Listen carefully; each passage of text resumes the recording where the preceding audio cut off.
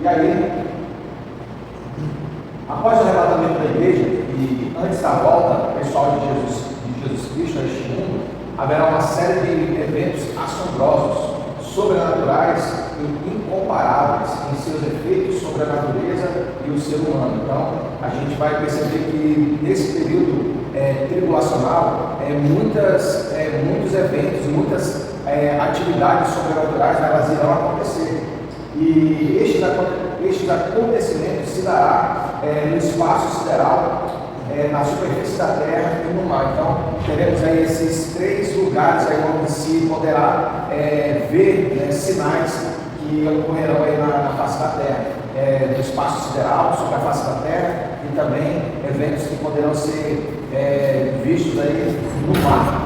Os fatos que ocorrerão serão de natureza desconhecida, sendo incomparável a tudo que se conhece, como por exemplo, o caso dos gafanhotos demônios, que está lá em Apocalipse, no capítulo 9, que fala dos gafanhotos que tem uma feição humana, onde as pessoas sofrem do amazela quando eles atacam a terra neste período pós-tribulacional, pós-arrebatamento, perdão.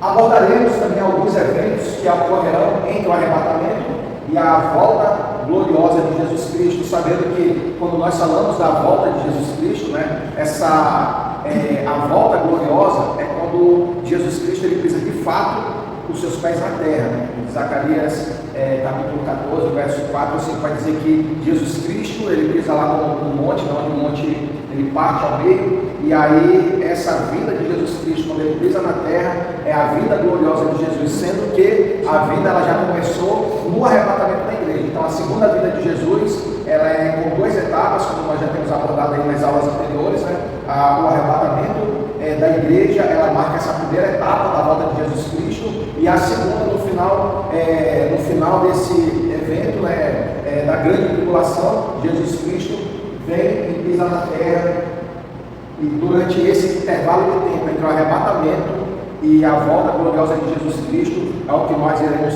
tratar aqui esta manhã.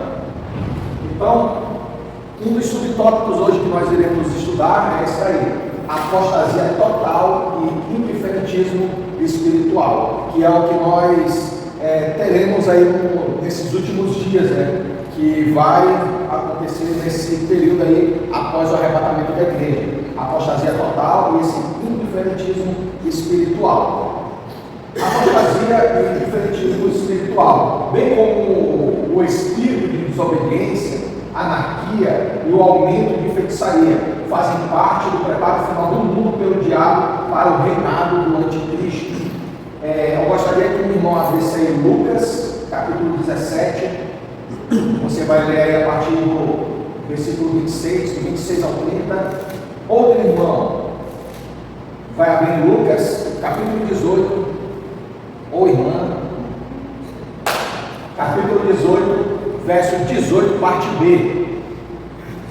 E o outro irmão vai abrir em 2 Tessalonicenses 2, 3. Lucas 17, do 26 ao 30. Como foi no tempo de Noé, assim também será nos dias de antes da vinda do Filho do Homem. Todos comiam e bebiam, e os homens e as mulheres se casavam, até o dia em que Noé entrou na arca. Depois veio o dilúvio e matou todos. A mesma coisa aconteceu no tempo de Ló. Todos comiam, bebiam, compravam, vendiam, plantavam e construíam.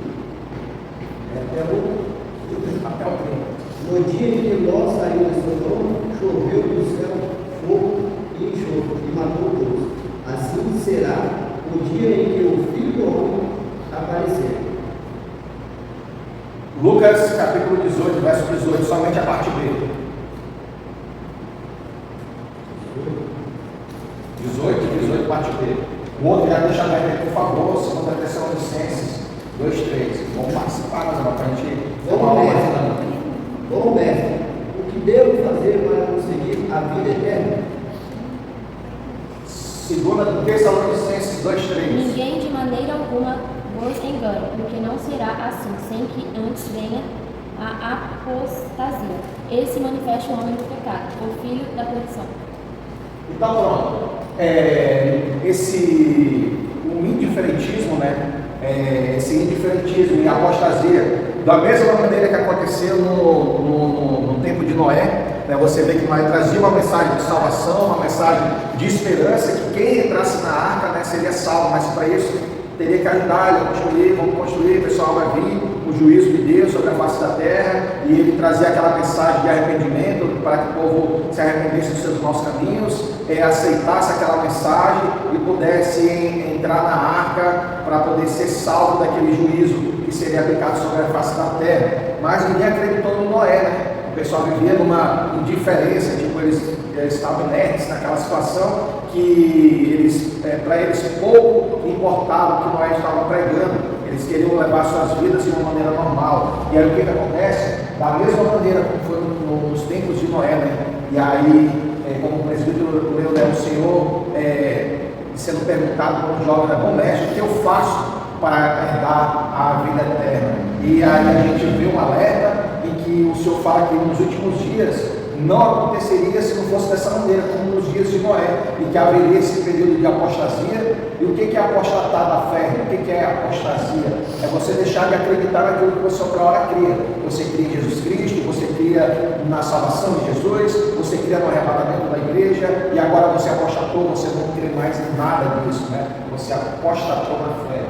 Então, é algo que marcará esse período aí pós-arrebatamento. Por quê?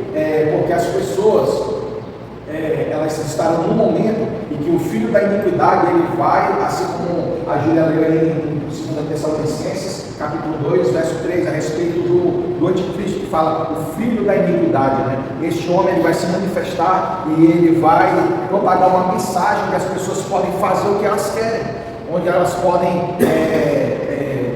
satisfazer o desejo do seu coração, assim como elas bem entenderem. Então, a apostasia, a carnalidade e essa parte de indiferentismo espiritual, as pessoas há pouco estarão se preocupando. Afinal, a igreja já foi arrebatada, as pessoas que aqui ficaram serão praticamente a grande maioria, praticamente não, né? Com certeza será a grande maioria os descrentes. Haverão aqueles que estarão afastados do caminho do Senhor, ficarão por conta da sua condição espiritual, mas entenderão o que estará acontecendo, né? Como Deus preparou tudo para a vinda de Jesus a esse mundo comum, um povo, qual era o povo escolhido de Deus para quando o Senhor preparou o mundo para poder receber Jesus Cristo na face da terra? Era o povo judeu, né? O povo judeu, então, foi preparado um povo, foi preparado uma língua. Qual que era a língua na época de Jesus? A língua universal. O grego, muito bem. E tinha um império mundial também, né, que era um império que dali fluía toda a ordem para o mundo todo, né, que era o Império Romano. E também uma tradução das Escrituras, que no caso foi a Septuaginta, né, quando a Bíblia ela é traduzida do hebraico e ela é traduzida para essa linguagem universal que era o grego, sendo uma linguagem acessível para todo mundo. Afinal, o mundo todo não falava hebraico, mas a língua universal era o grego. E aí você vê, né, Deus preparando para que as pessoas pudessem ter acessibilidade à palavra que seria pregada, né? E outra coisa também, muitas estradas através do Império Romano facilitou a divulgação das boas novas, né? Tinha um ditado antigo que dizia: todos os caminhos levam a Roma, né? Então a Roma pavimentou o mundo todo, e todas as estradas que você pudesse enveredar por ela indo em direção a Roma, você com certeza chegaria lá, porque toda a pavimentação que Roma fez era para ligar Roma aos importantes centros comerciais, às cidades menos importantes, para que pudesse também chegar lá e comercializar os seus produtos, comprar e vender. E Roma era o centro das atenções. Quem tem boca vai a Roma, né? Até hoje fala muito isso. E quem tem boca vai a Roma. E aí o que acontece? Então foi uma situação, né, que essas estradas que foram abertas pelo Império Romano ajudou a propagação das boas novas, né? E também um arauto que preparou o caminho para o Senhor. Quem foi que preparou o caminho para Jesus Cristo? João Batista. Né? João Batista, ele foi o arauto que preparou o caminho para o Senhor Jesus, né? E aí, então, de igual modo, o diabo ele está preparando um cenário para o reino das trevas aí, para o reinado do anticristo funcionar, e ele vai usar das mesmas táticas aí que Deus usou para preparar o caminho para Jesus Cristo. Você vê, hoje o mundo como tem se organizado, a globalização, uma linguagem universal já temos hoje, assim como foi na vinda de Jesus Cristo, que era o grego, né, a língua universal. Hoje nós temos o inglês. Tipo, você vai daqui para o Japão, se tu não sabe falar japonês, tu não vai se comunicar lá também em português, tu não vai se comunicar em coreano, tu não vai se comunicar em outro idioma, mas qual é a língua universal que lá provavelmente você vai conseguir se virar por lá e ser atendido nos cantos? É o inglês. Então o inglês é a linguagem universal. Se você não fala o idioma daquele país a qual você está visitando, mas você fala ao menos o inglês, você vai se dar muito bem naquele país onde você está. Por mais que a língua madre ali não seja o inglês, com certeza haverá alguém lá que fale, porque é a língua universal dos dias de hoje. Então temos um só idioma hoje. Outra situação, da mesma maneira que a palavra ela foi traduzida, você percebe hoje como que o mundo funciona, tudo sendo preparado para que o sistema do anticristo seja algo que flua no dia em que ele toma posse. Por exemplo, você pode chegar em qualquer lugar do mundo hoje, mas eu não sei falar inglês, mas você chega lá no seu celular, usa o Google Tradutor, você fala uma frase, sei lá, eu quero almoçar hoje aqui.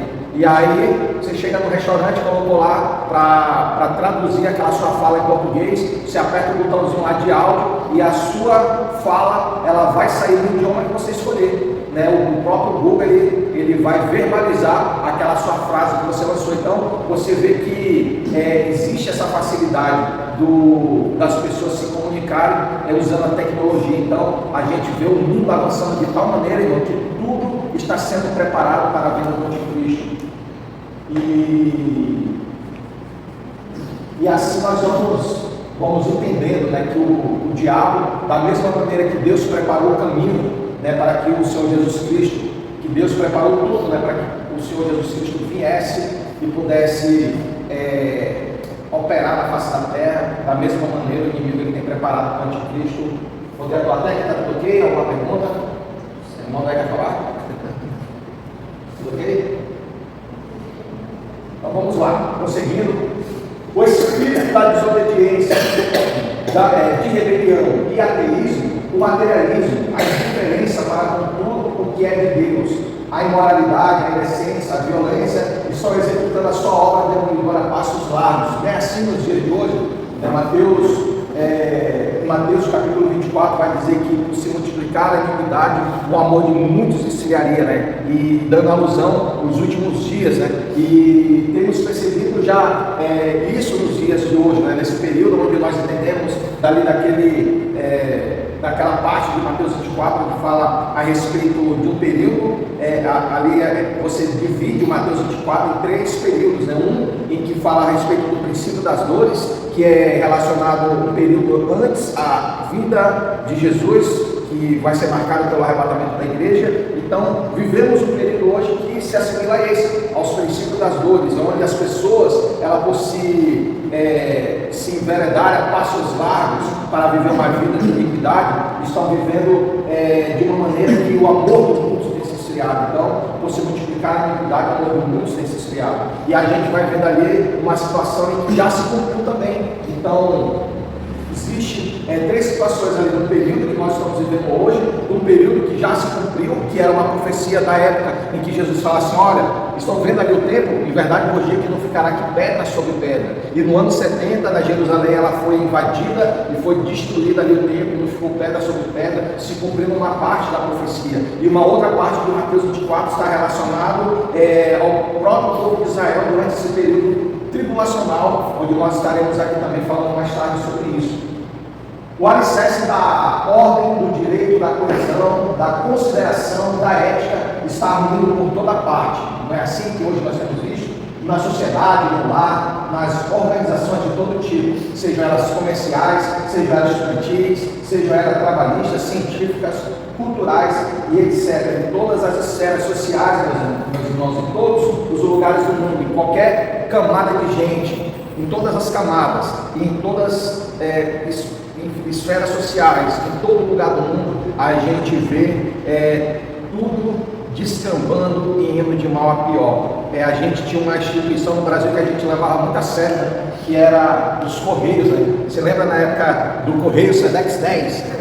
Você podia estar em qualquer lugar do país, falasse assim, quero mandar isso aqui via Sedex 10 para a cidade tal lá de Rondônia. Você tinha certeza que ia chegar antes das 10 horas ou até as 10 horas da manhã, essa comida estava chegando na sua casa.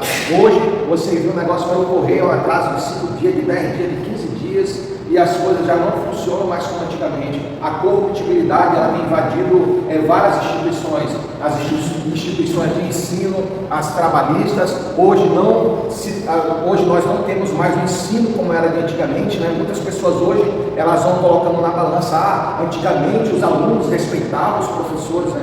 Era como se o professor ele fosse os segundos pais, né, das crianças que ali estavam estudando. E a reverência do aluno para o professor era como tal. O aluno obedecia os professores e tinha uma certa reverência, como se realmente fosse os pais ali, né? O cuidado que o professor tinha e o respeito que o aluno tinha para os professores era algo que fazia com que, pelo menos para a nossa geração aqui, a geração X, o pessoal que tem uns 40 e poucos anos aí, vai entendendo que aquele ensino se era um ensino, né?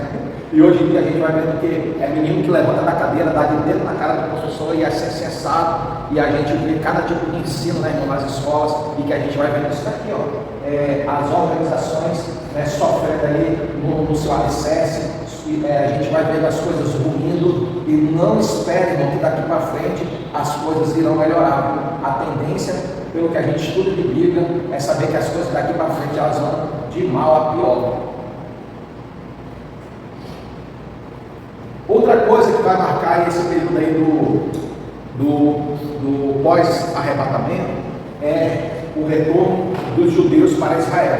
Então haverá uma grande volta aí dos judeus para Israel, pessoas que estão espalhadas pelo mundo todo, que são judias, né? Os judeus, eles retornarão, né, para Israel, e aí haverá esse aumento.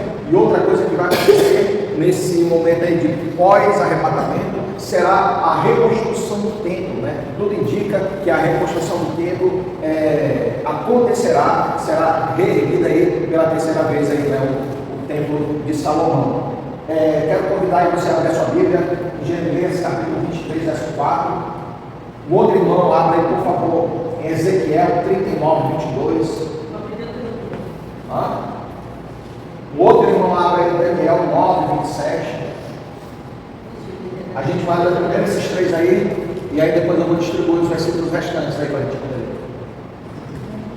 Jeremias 23, 4, quem achou pode ler, por favor. Levantarei sobre elas pastores que já estavam sendo, e nunca mais serão, nem se assombrarão, e nem uma delas voltará, diz o Senhor.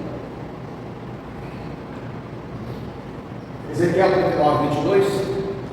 Saberão os da casa de Israel que eu sou o Senhor, seu Deus, desde aquele dia em diante. E Daniel 9, 27. Por uma semana. Na metade da semana fará cessar o sacrifício e a oferta de mandianças. E sobre a asa das abominações virá o Salvador, e isso até a consumação. E o que está determinado será derramado sobre o Salvador. Então a gente vê aí que a irmã leu em Daniel 9, 27, ela já fala a respeito da 70ª semana, né? Que Daniel fala aí, que essa última semana o anticristo ele irá propor um período de paz. E esse período de paz será um período de 7 anos, conhecido por assim dizer, né? Uma semana de anos. Então essa semana de anos é composta de 7 anos. E aí o anticristo ele propõe nesse período de paz, onde quando essa paz haver entre os povos, o local lá onde está o domo da rocha, que é um local onde está ali o povo ali que é os árabes, os muçulmanos, aquele povo ali que entende que ali é direito deles, é posse deles, e Israel não pode entrar lá para poder construir o templo. Interessante que ali é um local sagrado para ambos, tanto para o povo islâmico como para o povo judeu. Só que o povo judeu não pode entrar lá para construir o templo, que na realidade o templo tem que ser construído naquele local ali onde exatamente era o templo de Salomão. Porém, aquele local ali é terreno do povo que é descendente de Ismael, né? O povo árabe, o povo da cultura aí islâmica, do povo que você já sabe que tem guerra direta ali com o povo judeu. E aí o que acontece? Nesse período de paz, o povo judeu poderá entrar lá naquele território ali e eles reerguerão, né, o templo de Salomão. Como já foi dito aqui, eu já falei no canal onde uma moça que mora em Israel, ela fala a respeito dessa construção do templo, né, que ela diz que tudo já está sendo preparado e eles estão fazendo todos os utensílios, tudo aquilo que eles podem fazer para poder agilizar a construção do templo quando ele tiver de ser reerguido. Eles já estão fazendo de uma maneira pré-moldada, que aí o que eles puderem já acelerar para poder reerguer esse templo, eles estão fazendo, porque eles acreditam que, segundo o Messias que há de vir, que para eles o anticristo vai ser o Messias, tá? Que segundo o Messias que há de vir irá liderá-los, né? Irá governar sobre eles e eles poderão construir em paz ali aquele templo. E o anticristo se proclamará, né? O Messias sentará no local ali no trono onde é reservado para Deus e vai dizer: eu sou aquele que vocês esperavam, né? E os judeus irão acreditar, até que então, né, como a irmã leu ali, ele na metade desse pacto de 7 anos, ele acaba profanando o templo e ele rompe, né, com os judeus vão entender que aquele homem ali não tem nada de Messias, e aí então Deus começará a tratar, né, com o povo de Israel. Então esse período tribulacional, ele tem algumas situações que você vê ali acontecer. Um período em que Deus vai manifestar o seu juízo sobre a humanidade, e a outra situação é o tratamento, né, de Deus para com Israel, para que eles possam, de uma vez por todas, reconhecer a Jesus Cristo como Salvador. Diga aí, meu irmão. Não, eu ia perguntar, o senhor praticamente respondeu aqui, porque na minha versão está escrito assim, né? Em uma ala do templo será colocada a abominação desoladora, até que chegue sobre ela o fim que está decretado. Eu ia perguntar se se está aqui também, se há aquela separação de justos e ímpios, seria, mas não é, né? Sobre o contexto histórico, também seria isso? Então vamos lá. Miqueias 2:12. Certamente te ajudarei com ele, certamente congregarei o restante de Israel. Poloei todos juntos, como ovelhas de bosta, como rebanho ao meio do seu lugar. Farão tronco por causa da multidão de homens. Então a gente percebe aí indícios, né, através das escrituras, de que o templo será reerguido e também a situação de que o Senhor ajudará novamente o povo de Israel. Então por isso que a gente está falando que é uma das coisas que marca esse período pós-arrebatamento, a reconstrução do templo e o retorno dos judeus para Israel. Mateus 24:15. Chegará o dia em que verão aquilo que o profeta Daniel falou, a terrível proclamação que será colocado no lugar santo. Aí fala praticamente a mesma coisa lá de Daniel 9:27. 2 Tessalonicenses 2:4, o outro irmão já deixa perto de Apocalipse 11 e João 2. 2 Tessalonicenses 2:4. Qual se opõe e se levanta contra tudo que se chama Deus, ou se adora, de sorte que se assentará com Deus, no tempo de Deus, querendo parecer Deus. Olha aí, então você percebe que o anticristo, ele é o que vai se opor a tudo aquilo que se chama de Deus.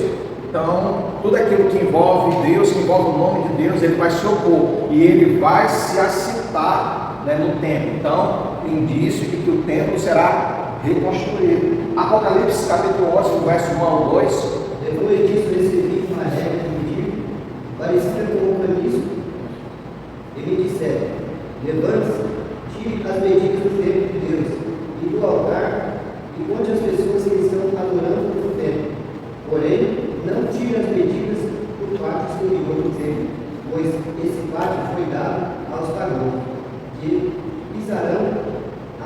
santo durante 42 meses.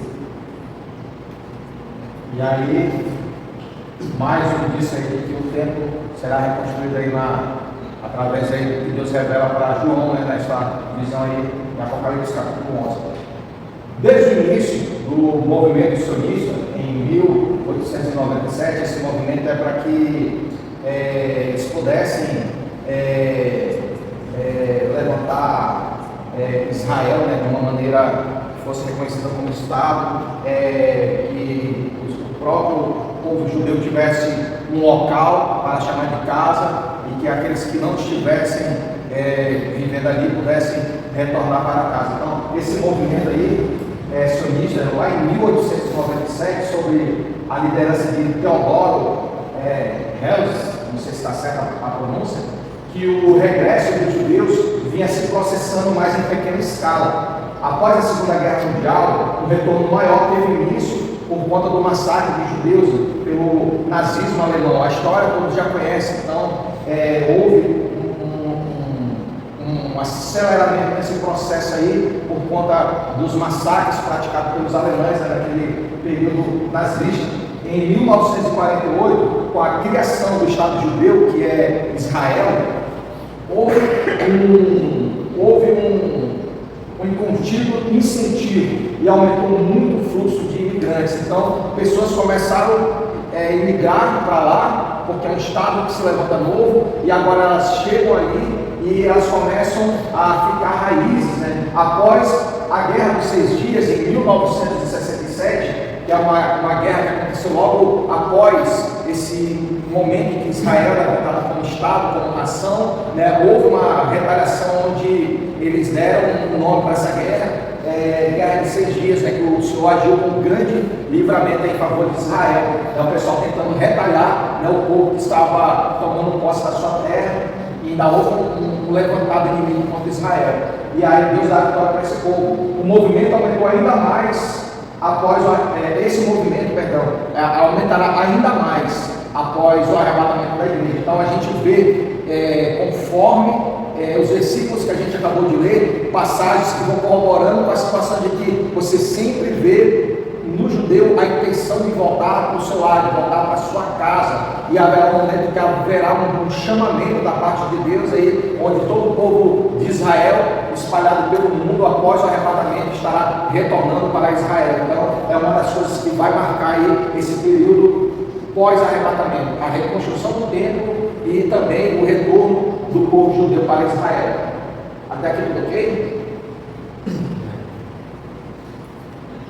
Falando ainda do aumento do retorno dos judeus, o templo de Deus em Jerusalém é um tema importante na história e na profecia bíblica, visto que o segundo templo foi destruído em 70, né, depois de Cristo, como a gente já falou aqui, e o templo atualmente não existe em Jerusalém. Muitos se perguntam quando será reconstruído o templo.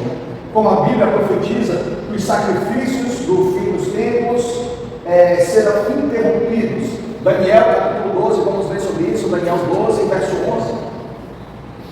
Então, se a palavra de Deus indica, né, que o sacrifício vai ser interrompido, né, é sinal de que o templo, sim, ele será reconstruído. Por que é importante, irmão, a gente saber sobre isso? Até aqui, de repente, você pensa assim: mas a igreja vai ser arrebatada, né, antes da grande tribulação. Então, a gente está estudando aqui algo que não vai ser pertinente a gente, já que nós não estaremos aqui, mas isso daqui serve para nos mostrar o que a Bíblia nos tem por verdade.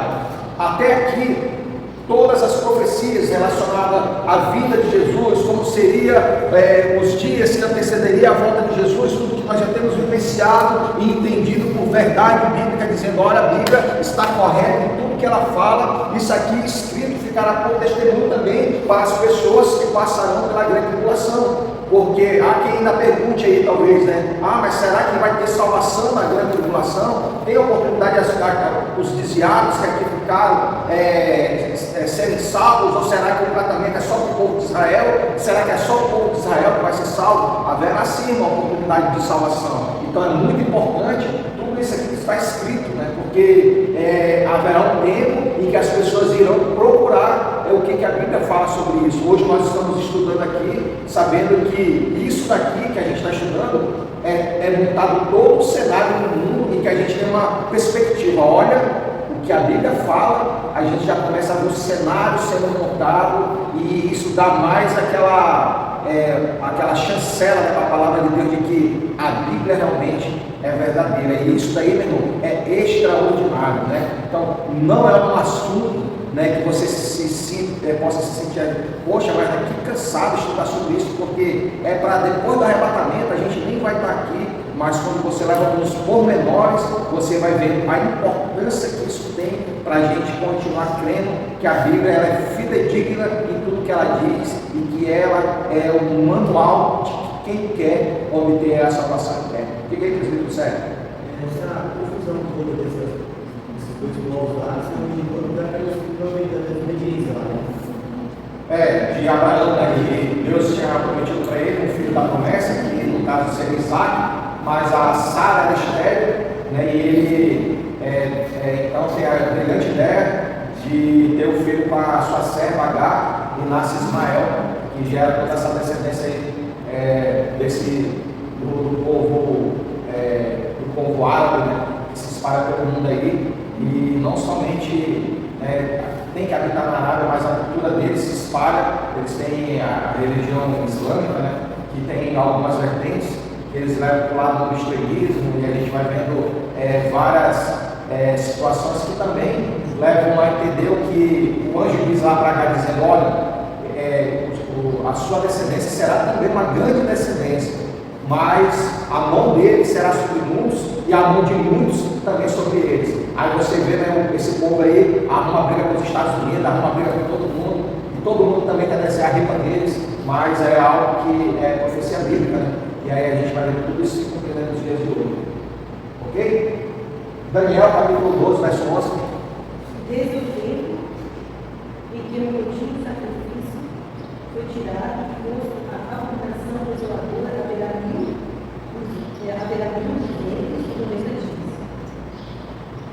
Então, a gente vai vendo aí que nesse período aí de tempo, se você for calcular, vai dar exatamente aí 3 anos e meio. Né? Então, nesse período em que o anticristo ele colocar essa abominação, né, dentro do templo, irá se contar dali para frente 3 anos e meio, que é a segunda metade desse período aí tribulacional, onde Deus vai começar a tratar com o povo de Israel. Né? E esse povo aí vai ser perseguido pelo anticristo, e eles se sentirão encurralados em determinado momento, e eles clamarão por salvação, clamarão ao Senhor, e o Senhor virá em socorro deles. Alguém levanta a mão para cantar? Essa situação dos judeus eles serem salvos, isso acontecerá também no arrebatamento, né? Terão os judeus que serão salvos. Nós temos aí os dois. No arrebatamento tem a situação dos judeus messiânicos, né? Qual que é a condição da pessoa subir no arrebatamento? É de reconhecer o senhorio de Jesus Cristo sobre a sua vida, né? Então, todo o Novo Testamento a gente vê as boas novas, falando do reino de Jesus Cristo, falando das boas novas, do porquê que ele veio e a respeito do que nós entendemos de aceitar, né, ele como o nosso Messias, o nosso Salvador. Jesus veio para os seus não receberam, né? E aí então a mensagem do Senhor é propagada, né, conforme está lá em, se não me falha a memória, Mateus capítulo 28, né, nos últimos versículos, que vai dizer que e aí o evangelho tem que ser pregado até os confins da terra, né, e que as pessoas que serão discipuladas na palavra possam ser batizadas aí em nome do Pai, do Filho e do Espírito Santo. E isso tem acontecido até os dias de hoje. É por isso que o evangelho chega aos gentios. E hoje nós temos a oportunidade de salvação, porque sem a gente ver, a gente crê, aceita, e aí a gente faz parte desse povo chamado hoje igreja, né? Foi dado uma pausa dentro da visão lá de Daniel das 70 semanas, na 69ª semana se interrompe, né,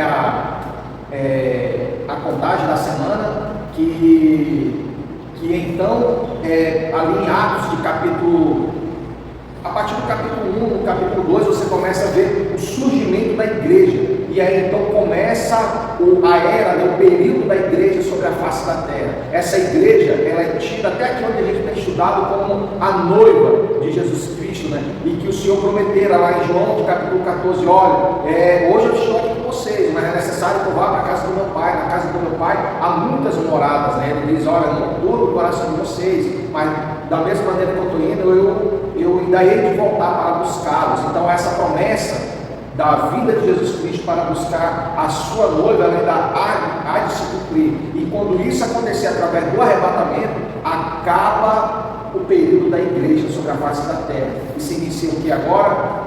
A dispensação do juízo de Deus, onde se encerra esse período que a gente conhece por graça, o período da graça, e agora vai se iniciar um período que Deus vai exercer juízo, né, sobre a face da terra. E ele há de tratar nesse período com o povo judeu, onde eles serão alcançados aí, e haverá conversão em massa para os judeus nesse período. É quando vai ser selado lá os 144 mil, né? E a partir daí, esses 144 mil, do meio deles sairão ali missionários, né, judeus, que irão propagar o evangelho do reino, né? Porque agora o próximo evento importante para o povo que será salvo ali nesse momento de grande tribulação é o quê? Entrar no reino milenar de Jesus Cristo. Então o povo judeu vai pregar esse arrependimento, vai pregar o reino de Deus, e as pessoas que acreditarem e aceitarem aquele evangelho estarão também aceitando, né, o senhorio de Cristo sobre as suas vidas, porque esse reino será um reino governado por Jesus Cristo, que há de reinar com a vara de ferro, conforme é dito nas profecias. E respondendo ali a pergunta da Josi, sim, haverá salvação para judeu, haverá judeu que subirá, né, porque aceitaram nesse período da era da igreja, aceitaram a Jesus Cristo como Salvador, e eles são conhecidos como o quê? Judeus messiânicos, né? Eles passam a crer em Jesus, e aí eles recebem, né, essa nomenclatura porque acreditam em Jesus. Então, os judeus messiânicos, se eles estiverem com a sua vida em vontade de Deus, né, no dia do arrebatamento, eles subirão de si junto com a igreja, porque agora eles fazem parte dela para aceitar a Jesus como Salvador. Diga aí, irmã.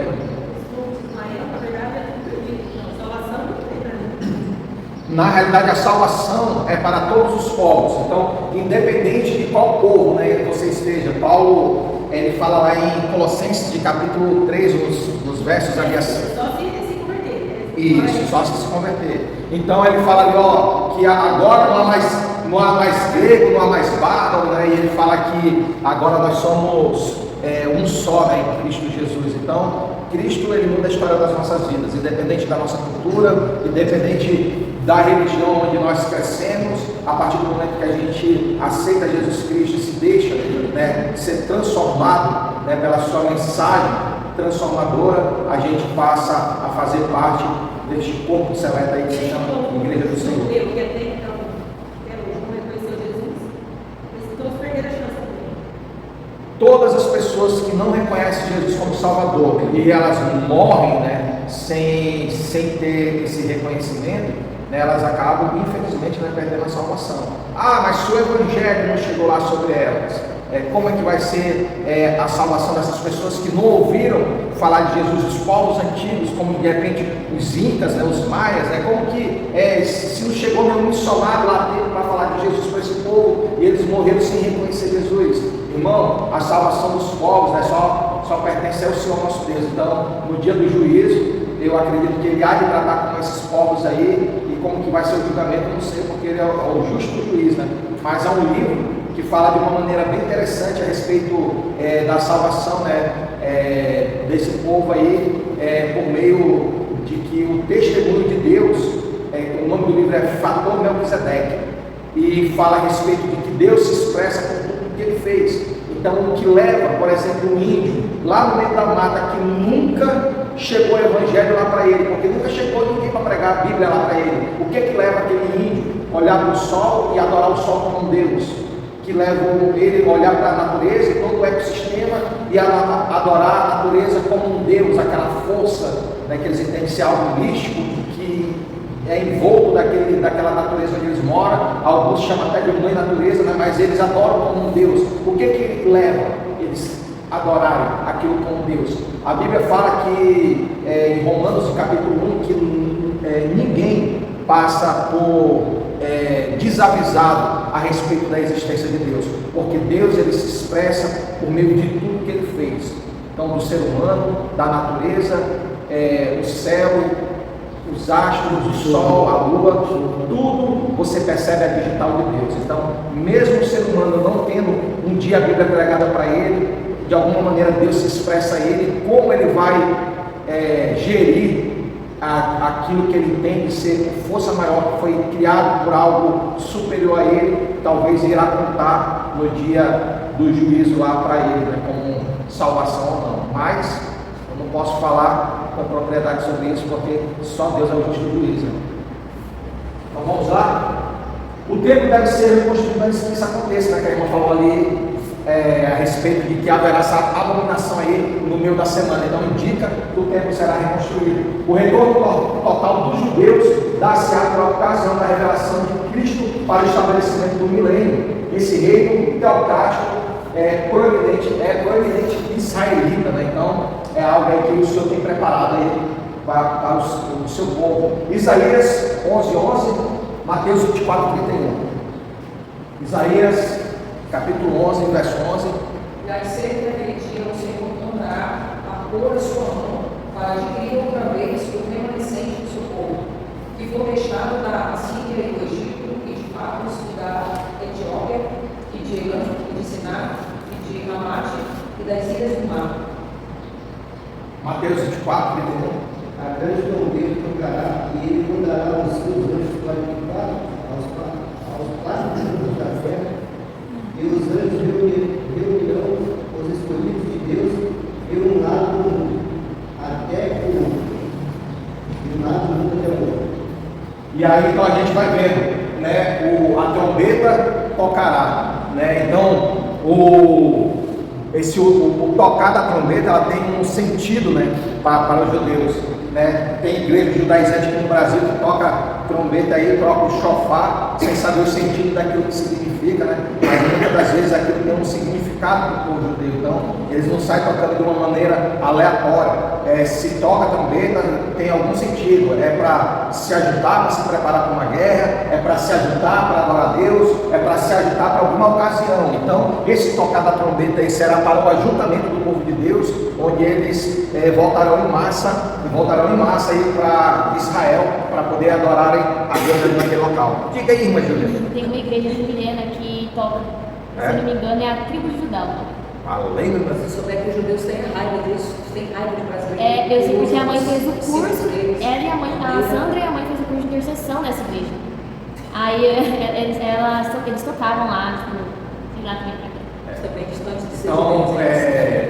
a gente tem que tomar muito cuidado, né, com essas igrejas judaizantes, que eles se Tem uma apropriam. moda aí, né? A Jadai também fazia muito casamento, colocar aquela coisa no noivo. Aí o noivo virava, não era o contrário, né? A noiva era a noiva que esperava o contrário. Teve umas épocas assim, né? Que dava muito essas igrejas de célula, assim, fazendo isso. Aí o pessoal vai se apropriando da cultura que eles já não entendem muito bem, né? E às vezes vai usando aquilo até como algo místico, como se Deus só opera se você fazer dentro daqueles princípios ali, né? Que a gente mal entende e aí quer se apropriar daquilo, não sabe nem se está certo ou se está errado. Ali tivemos uma aula da IBB também, muito boa, sobre os cursos mais Sobre judaizantes. Não é brincadeira, eu esqueci o nome da rua ali, agora da rua do Cetim. Grego? Hã? Grego? Ali tem uma igreja onde é uma pastora que lidera o ministério e ela só prega vestida de pano de saco e descalço. Semana vez eu olhei lá dentro, eu olhei lá dentro, eu falei, ela a pastora pregando. E ela fica assim, ela inclusive espera, e ela também toca o chofar lá dentro. E ela só prega assim, se ela vê uma direção que Deus deu pra ela. Será que ela come mel e gafanhoto também? Alô, muito tempo aí. Será que eles vão lançar isso lá dentro? Será que ela E a igreja lá, ó, é assim, ó. Meus irmãos, a gente vai entrar agora num assunto muito importante, né, que é a respeito da destruição da nação do norte e seus satélites, né, os países confederados, né, países que fazem parte de uma aliança dessa nação do norte. Quem que é a nação do norte? Vai ser os anos, né? Tu acha? Vamos ver aqui biblicamente o que é a nação do norte. Vamos lá? Você vai se separar para estudar depois de casa o capítulo todo, o capítulo 38 e o 39 de Ezequiel e o capítulo 2 de Joel. A gente vai falar de alguns versículos aqui, mas eu oriento você depois a fazer essa leitura. Fala de novo, Ezequiel, capítulo 38 e 39. E Joel, de capítulo 2. Então depois você vai fazer essa leitura completa em casa, para estudo seu. E a gente vai abordar aqui, no decorrer agora desse assunto aqui, alguns versículos desses capítulos também. Então vamos lá. Esse capítulo 38 e 39 de Ezequiel e o segundo capítulo de Joel, veremos que se trata da invasão de Israel pela Rússia. E a gente vê hoje a Rússia aí se apontando aí como um país, né, que tem uma potência bélica, né, muito considerada por todos os países do mundo, né? Então a Rússia é uma grande potência, né, quando se trata de um país aí fortemente armado. Então, nos últimos dias da atual dispensação, esse país, pelo que reza aí o capítulo 38 e 39 de Ezequiel e o segundo capítulo de Joel, tudo indica que a Rússia será o país que há de invadir Israel, porque Israel será invadida e haverá uma guerra conhecida como a guerra de Gog, né? Haverá como foi profetizado lá em Ezequiel, Gog da terra de Magog, e aí virá esse que invadirá ali Israel, e o Senhor pelejará em favor de Israel, e essa nação ela será destruída, né? Então vamos lá. Alguns líderes comunistas, a gente vai falar sobre o comunismo aqui, essa aula aqui, que provavelmente depois a gente vai estar postando, não tem nenhum cunho político, tá, irmão? A gente está tratando aqui do que é Bíblia e do que também a gente recebeu relacionado à história, né, do mundo. E aí então a gente vai abordar alguns temas aqui políticos que o pastor não defende, nem banda A, nem banda B. Não vou defender aqui nenhuma posição política, mas nós estaremos falando aqui a respeito do comunismo. Na guerra dos 6 dias, em 1967, a Rússia enviou armas lá para poder lutar contra Israel. Isso. E a gente já vai ver uma fala aqui de um dos líderes, né? De um dos líderes da Rússia, que eles falam a respeito justamente disso, que no momento oportuno eles lutariam contra Deus, né? Então é uma fala muito séria de um líder, né, comunista. Vamos lá. Alguns líderes comunistas ensinaram que não existe Deus, e se porventura existisse, disseram eles, seria proibida a sua entrada na Rússia. O líder russo Zinoviev disse em 1924, ele disse o seguinte: entraremos em luta contra Deus no tempo apropriado e haveremos de derrotá-lo em seu mais alto céu, subjugando-o para sempre. Corajoso, né? Corajoso, cara, dizer isso, né? O outro que diz também uma palavra muito forte é o Stalin.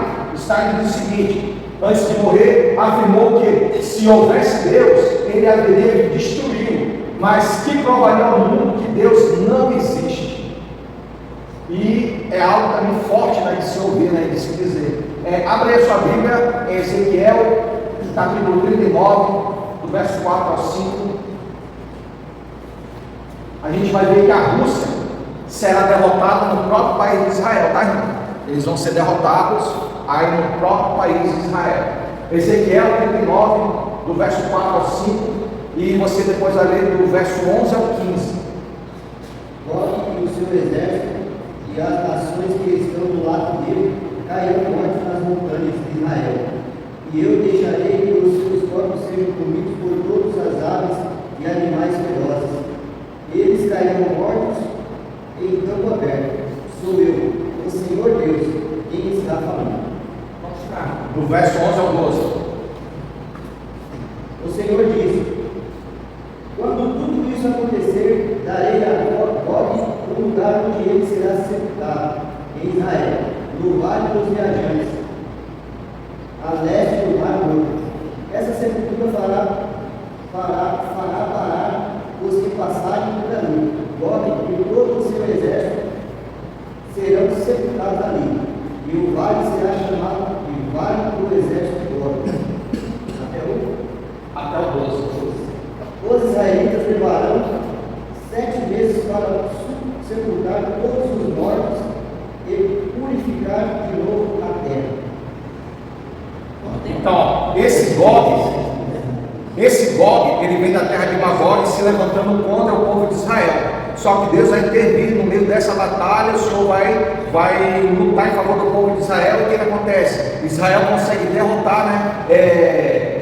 Consegue vencer através de Deus, consegue vencer esse povo que invade a sua terra. E Israel demora 7 meses, irmão, para poder enterrar os mortos dali que pereceram na guerra, né? Imagina o tanto de morro. E aí eu quero que você busque aí no seu, dá um Google aí no seu celular, porque a palavra de Deus fala aí que quem que se levanta contra o povo de Israel, haverá um que virá, né? Gog da terra de Magog. Então eu quero que você pesquise aí onde que fica, né, esse lugar. Gog da terra de Magog. Qual que é o local?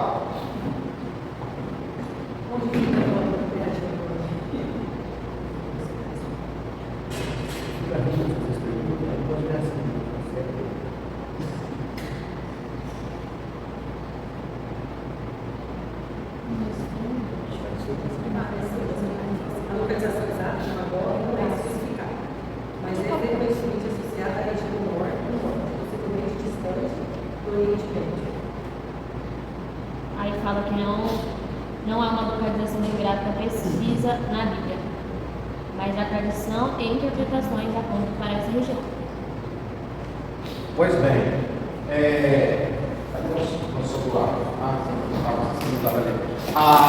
estudos feitos apontam que a terra de Magog, ela é exatamente ali onde fica o país da Rússia. Então, indicando aí que é justamente aí esse local que se levantará, né, contra o povo de Israel. Muitos confundem esta guerra, a terra de Gog, e seus aliados, né, porque ele vai ter um povo aliado.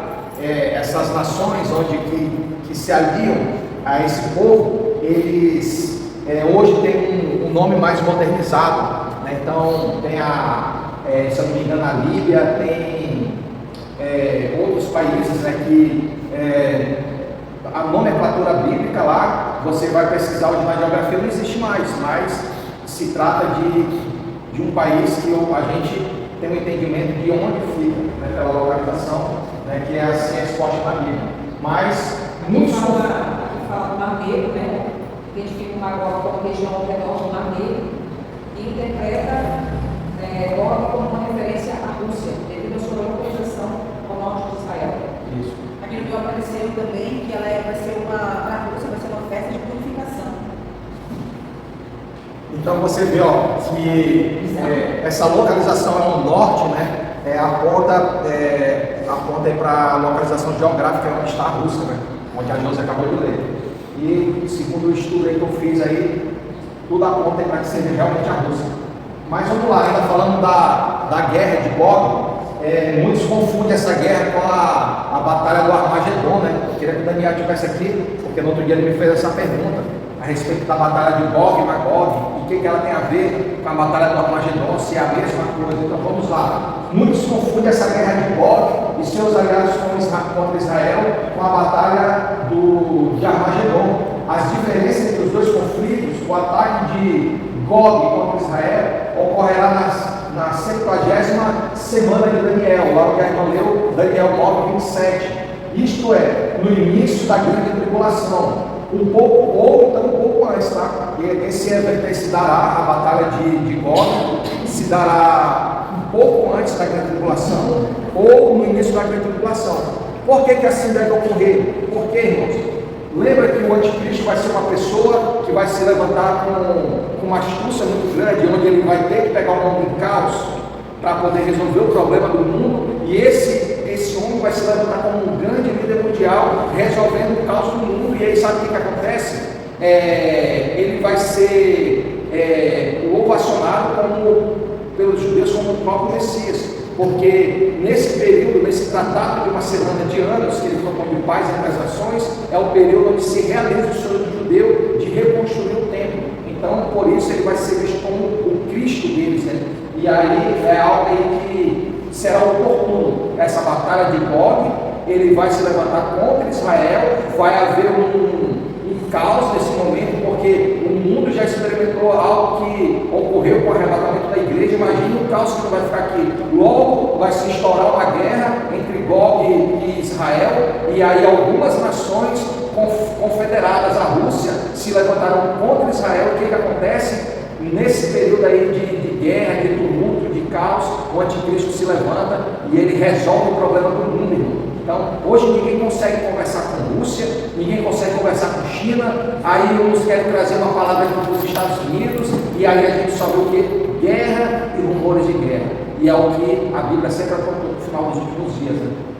Só lembrando que a Rússia está bem evidente relacionada a essas questões de conflitos. Ontem, quando a fala nas falas, né, o presidente foi a situação de que todos os que têm aliança com a Rússia, os que dependem deles, né, ele disse que vai penar um bocadinho. Né? Os países que estão aliados, que dependem deles, né, no sentido de compra, de venda, né, já começou aí, por aí a gente já percebe que já se instalou um mini caos, né? Já começou aí esse mini caos. Estou apontando mesmo para a vida de Cristo. E as referências realmente tudo indica, né? Que a Rússia será aí uma situação que, mais aí a gente nesse período já vai ser arrebatado, a gente já não vai estar aqui. E aí, pastor, quando é que vai ser a batalha do Armagedon também? Já que a de Gog vai ser aí no início aí da grande tribulação, ou um pouco antes dela. Quando é que vai ser então a batalha do Armagedon? E qual é a diferença entre elas? Vamos lá. A batalha de Gog, somente alguns países, né, participaram dessa batalha contra Israel.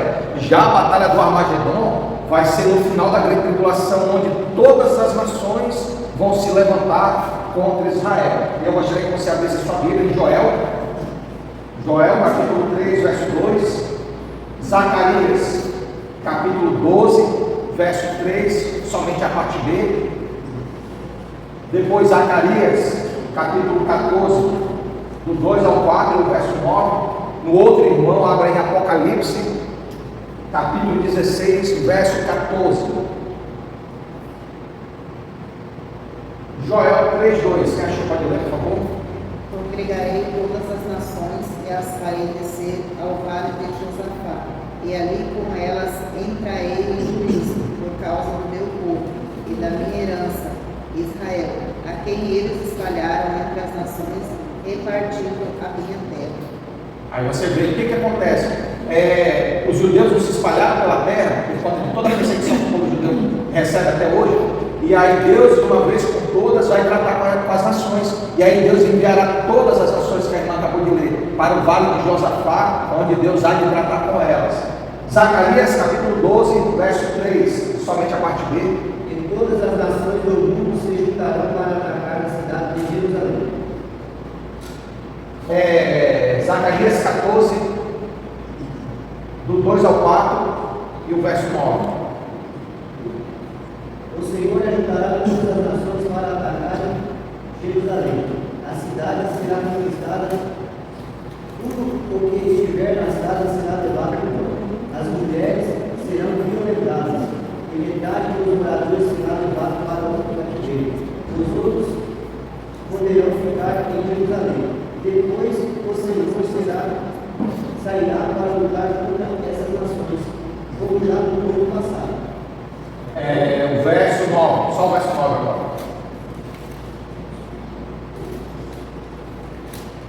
O Senhor Deus será o rei do mundo inteiro.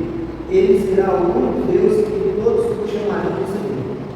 Então você vê uma situação que já aponta para o final de todas as coisas, né? Onde as nações estão se levantando contra Israel, mas que agora Deus, de uma maneira estratégica, envia todas essas nações para um determinado lugar para poder tratar com elas. E aí você vê Deus operando em favor de Israel, né? E Israel aí se mostrando como Deus de todo mundo.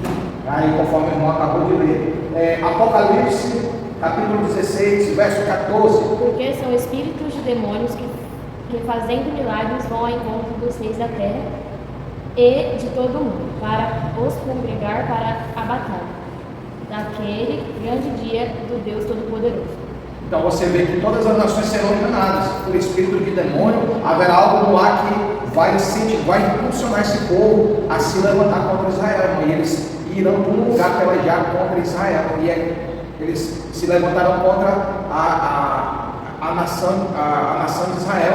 E Deus irá pelejar em favor deles. Então essa batalha onde envolve todas as nações, ela vai acontecer no final da grande tribulação. Essa batalha aqui onde citamos todas essas referências, trata da batalha final chamada de Armagedon. Então a batalha de Gog e Magog será no início da grande tribulação, onde vai se levantar um líder para resolver aquela situação. Onde algumas nações vão pelejar contra Israel. Vai pelejar contra Israel. A batalha de Armagedon já será no final da grande tribulação, onde todas as nações se levantarão contra Israel e Deus vai se levantar em favor de Israel, com seu poder. Já é o período que daqui a pouco vai entrar no milênio. Isso aí. Até aqui tudo ok?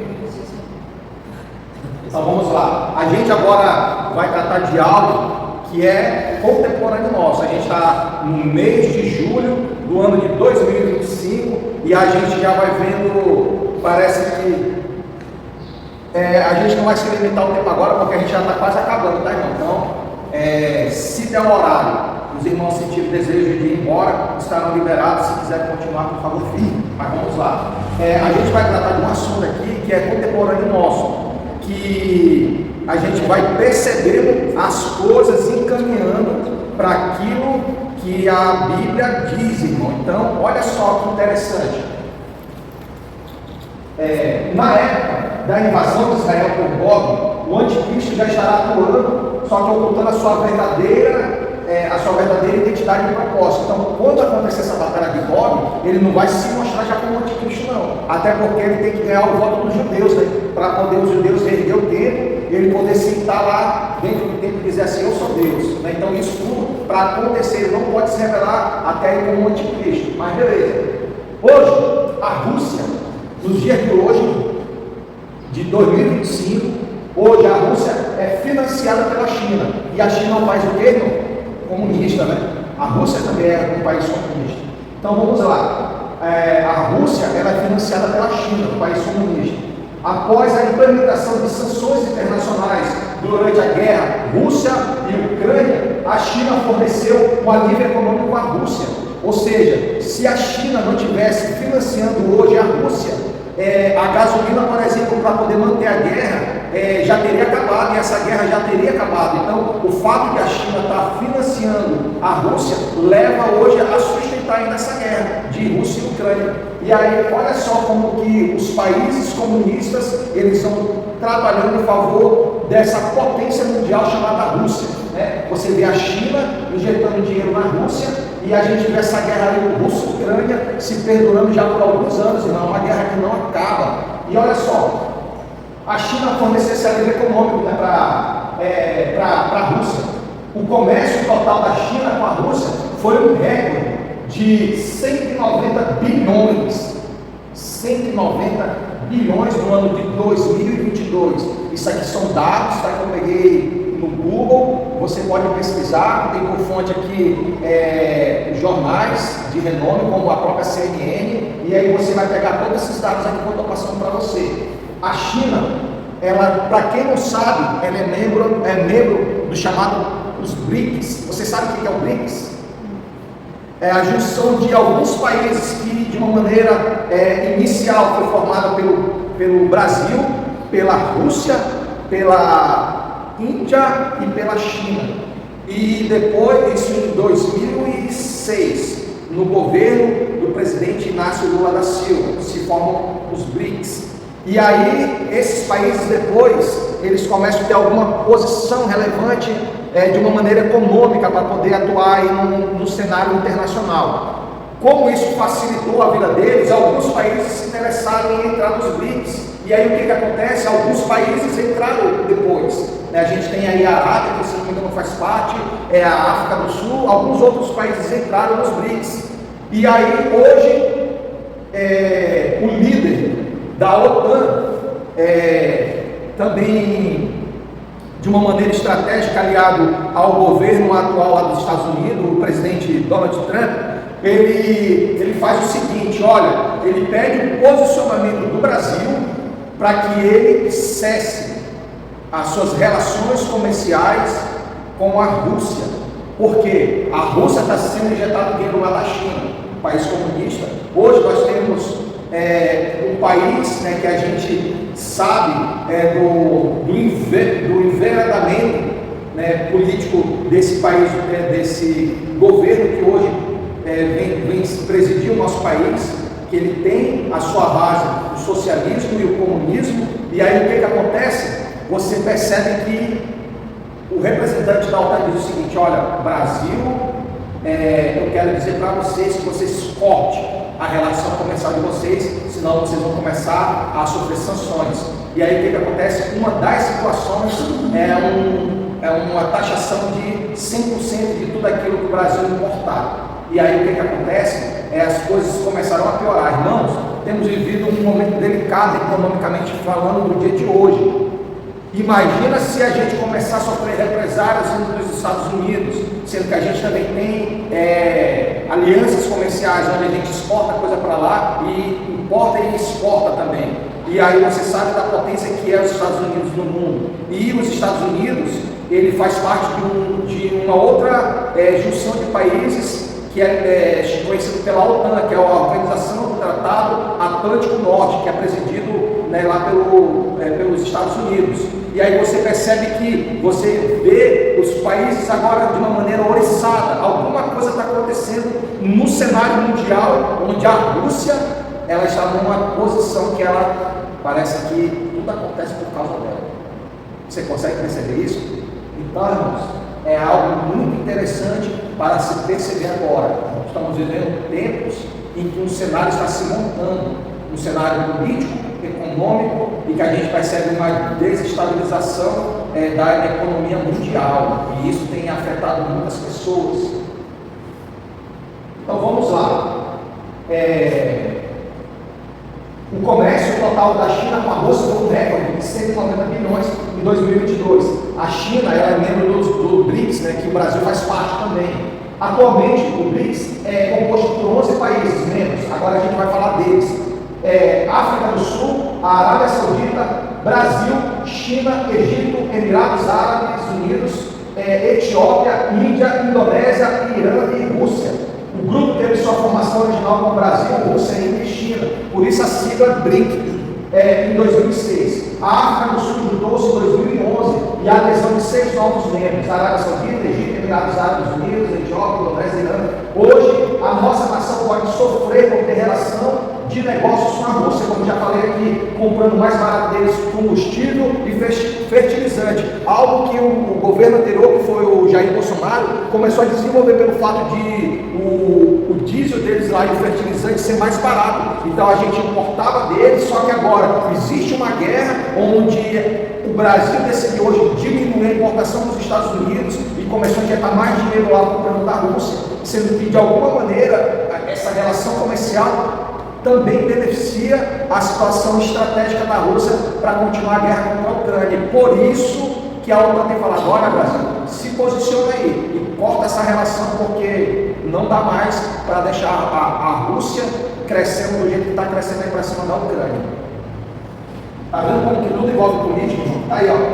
Esses dados aí não foram publicados na CNN Brasil, tá? Se você pesquisar aí, você vai ver a matéria lá do jornal do YouTube que você acha.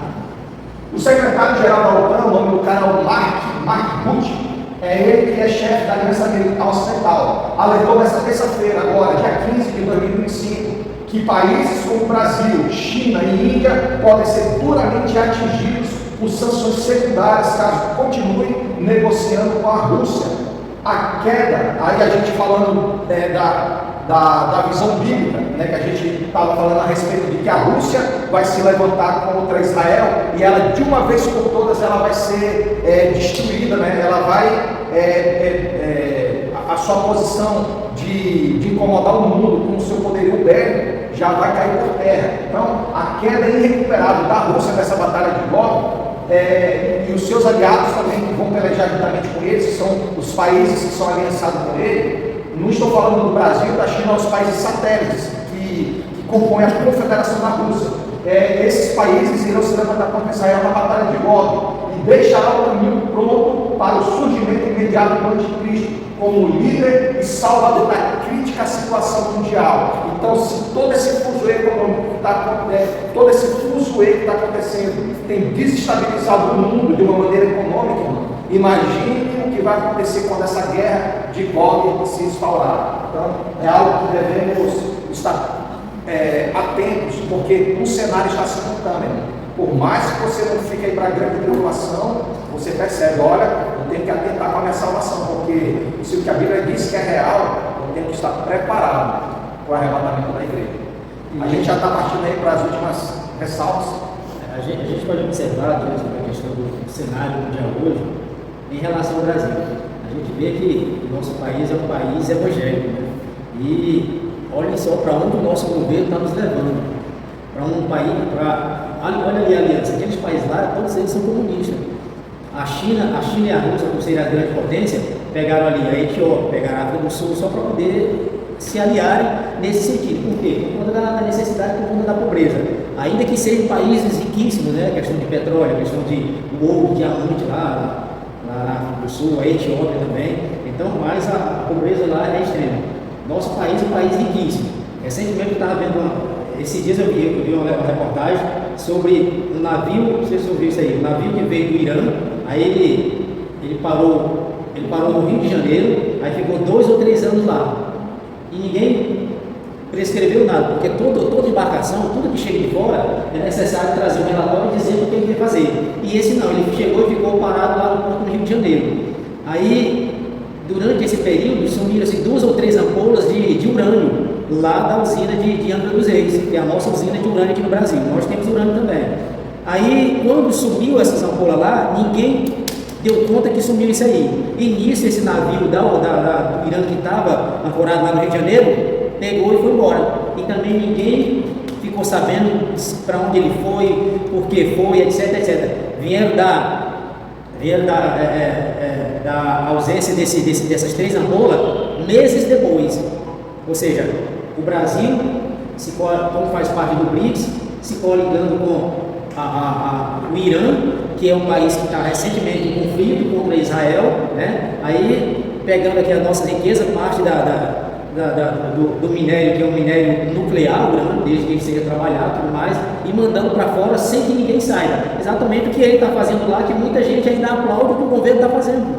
Muita gente que não tem conhecimento do que está fazendo. Aí a gente vê os Estados Unidos, o próprio presidente, ele está dizendo: Brasil, acorda, olha a direção em que vocês estão indo. Assim como os Estados Unidos é o principal defensor de Israel, ele está dando esse alerta também para o nosso país, que está seguindo pelo caminho da Rússia, da China e de outros países aí, que são os 2 principais, né? A China e a Rússia, que mandam hoje na questão, na questão de energia nuclear e do mundo também. Recentemente, a Rússia, como ela é o principal distribuidor de gás lá para a Europa, ela começou a acessar gás lá para muitos países da Europa. E muita gente já está começando a sofrer exatamente por conta disso aí, por falta da falta de gás. E daqui a pouco a Rússia vai dizer: olha, eu vou continuar mandando gás para vocês se vocês se aliarem ao BRICS. É uma maneira que eles trabalham e que tudo vai levar para essa posição aí, eles aí, chamando os países para poder se aliarem, senão vai realmente faltar gás, aí vai faltar comida, não vai mais ter exportação, não vai ter isso, só que faz parte desse BRICS aí. Coisa que os Estados Unidos é ele e os Estados Unidos é ele por si só, e ajudando todas as nações que ele vê que realmente tem um chamado de Deus. Essa é a grande verdade. O Brasil é isso, nós somos um país abençoado por Deus, tem alguém, uma superpotência que, assim como olha para Israel, também olha aqui para o nosso país e direciona. Veja para onde vocês querem seguir. É verdade. Então vamos lá, irmão, abra sua Bíblia aí. A gente já vai estar tratando aqui no último slide a conversão em massa dos judeus, para a gente finalizar. Ezequiel 39, verso 21 e 22. Ezequiel 39, verso 21 e 22. Se um outro irmão puder abrir também já em Atos, capítulo 2, Atos 2, versos 16 e 17. E o outro irmão abre aí em Joel 2:20. Ezequiel, capítulo 39, do verso 21 ao 22. Você acha para ler? E eu porei a minha glória entre as nações, e todas as nações verão o meu juízo. Que eu tiver executado, e a minha mão sobre ela estiver descarregada. E saberão os da casa de Israel que eu sou o Senhor, seu Deus. Desde aquele dia em diante, e as nações saberão os da casa de Israel, por causa das comunidades que foram levados no cativeiro, porque se rebelaram contra mim. E eu escondi deles a minha face, e os entreguei nas mãos dos adversários. Todos caíram na espada, conforme a sua imundícia, conforme as suas prevaricações. Usei com eles e escondi deles a minha face. Portanto, assim diz o Senhor Jeová, agora tornarei a trazer os cativos de Jacó e me compadecerei de toda a casa de Israel. E terei zelo pelo seu santo nome. Até o 25? Não, até o 22, obrigado. Aí a gente vai ver o seguinte: você percebe que existe uma intervenção divina de Deus livrando o povo de Israel. Então, durante esse período aí, após o arrebatamento da igreja, haverá um momento que o anticristo, ele vai se revelar como anticristo, ele vai pelejar contra o povo de Israel. E você percebe que sempre o Senhor age de uma maneira milagrosa, né, em favor de Israel, salvando o povo de Israel. E isso vai fazer com que o povo de Israel tenha um despertamento espiritual, trazendo então para Israel uma conversão em massa. E aí eu quero que você leia agora Atos capítulo 2, versos 16 e 17. Só esses dois versículos. Atos 2, 16 e 17. Mas isto é o que foi dito pelo profeta Joel. Nos últimos dias acontecerá, diz Deus, que o meu espírito derramarei sobre toda a carne. Os vossos filhos e as vossas filhas profetizarão. Os vossos jovens terão visões, e os vossos velhos sonharão sonhos. E aí você vai vendo que essa profecia do derramar do Espírito, ela se cumpre de uma maneira parcial em Atos capítulo 2. Então o derramar do Espírito Santo ali foi de uma maneira parcial, que vai acontecer de uma maneira plena aqui em Joel 2:20, né? E aí eu quero que você leia essa profecia aí, Joel capítulo 2, verso 20. Levarei invasor que vem do norte para longe de vocês, empurrando-o para uma terra seca e estéril. A vanguarda para o mar oriental e a retaguarda para o mar ocidental. E a sua podridão subirá, e seu mau cheiro se espalhará. Ele tem feito coisas grandiosas. Aí você percebe que o que ela acabou ali de ler a respeito de que esse invasor do norte, que ele sofre, né, com aquilo que o Senhor, como o Senhor se levanta contra ele, o irmão leu que Israel levará 7 meses para enterrar essas pessoas que participarão dessa batalha, né, onde essa nação do norte se levanta contra o povo de Israel. E aí, quando esse livramento do povo de Israel acontece, esse povo começa a receber o derramar do Espírito Santo de Deus. É onde vai se cumprir de uma maneira plena esse derramar do Espírito Santo, onde eles receberão, né, ali o Espírito Santo de uma maneira onde eles serão reativados e reavivados aí, e o Senhor operará em favor deles. Então, esse derramar é pleno depois de se cumprir os sinais preditos para a grande tribulação. Para corroborar o que eu falei, quero que você leia para mim Mateus 24, verso 29, Atos 2, do 19 ao 20, e Apocalipse 6, de 12 ao 14. Há quem de repente diga assim, mas irmão, como que isso vai acontecer, sendo que a igreja foi arrebatada e o Espírito Santo não foi para a igreja? Da mesma maneira que Deus é onipresente, o Pai, o Filho e o Espírito Santo, eles não são um e eles não operam de uma maneira igualitária. Então, aquilo que é pertinente a Deus também é ao Pai, é ao Filho e ao Espírito Santo. Então, o Espírito Santo ele continuará atuando aqui na terra, mas não igual ao período que a igreja está na terra. Porque o Espírito Santo ele vem trazendo o quê? O convencimento para o homem do seu pecado. Mas o Espírito Santo, quando a igreja é arrebatada, ele não deixará de estar presente aqui, porque ele é onipresente. Só que ele não atuará como ele atua nos dias de hoje, tá? Então, Mateus, dito isto, Mateus 24, verso 29. Logo depois da aflição daqueles dias, o sol se escurecerá, a lua tornará sua luz e as estrelas cairão do céu, e as potências do céu serão abaladas.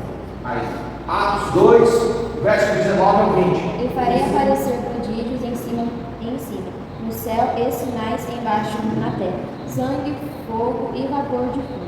O sol se converterá em trevas e a lua em sangue, antes de chegar o grande e glorioso dia do Senhor. Esse grande e glorioso dia do Senhor é quando o Senhor pisa de fato na terra. Então você vê esses eventos acontecendo, o sol escurecendo, é fogo, é sangue, é tudo. E aí Apocalipse 6, do 12 ao 14. A gente já está encerrando, já está, irmãos? Do 12 ao 14. Apocalipse. Em seguida havia o cordeiro quebrar o sexto selo. Houve um violento terremoto, o sol se tornou negro como uma roupa de luto, e a lua ficou toda vermelha, como sangue. As estrelas caíram do céu sobre a terra, como os figos verdes caem na figueira.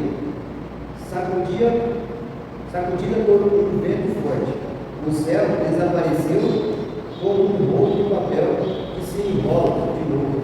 E todos os montes e ilhas foram tirados dos seus lugares. Só 14? Só está 14. E aí, meus irmãos, quando tudo isso acontecer aí, é quando se cumprir todas essas coisas, Deus, né, vai derramar aí sobre o seu povo aí, de uma maneira plena, vai haver esse derramar aí do Senhor sobre esse povo. E isso daí trará um resultado de muitas conversões do povo judeu nesse período de grande tribulação. Os 144 mil israelitas salvos durante a grande tribulação serão selados por anjo, conforme está lá em Apocalipse 14, verso 1.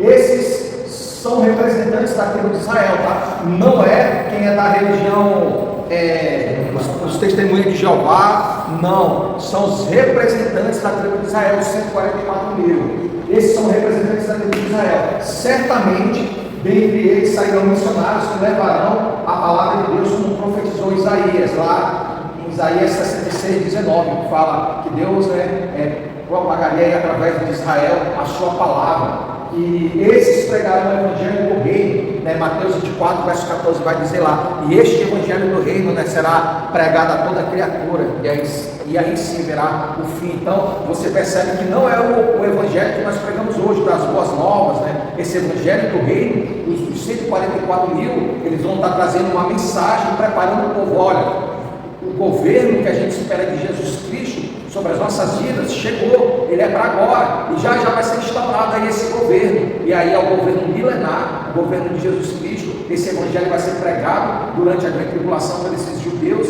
e o que acontece, irmão? Haverá um grande mover aí, da parte de Deus aí, e eles serão cheios, né, da presença de Deus, porque veio para eles a salvação, veio para eles a luz, e então eles estarão aptos e preparados a entrar nesse governo milenar. Essa pregação do Evangelho do Reino aí de Mateus 24, 14, o qual eles vão anunciar o seguinte: a iminente volta do Senhor à terra e o julgamento das nações impenitentes. Então, isso que acontecerá nesse período tribulacional após o arrebatamento. Até aqui tudo ok? Alguma pergunta? Então, para você, meu amado irmão, minha amada irmã, muito obrigado pela sua atenção e até o nosso próximo estudo bíblico aí na nossa EBD. Amém? Deus abençoe.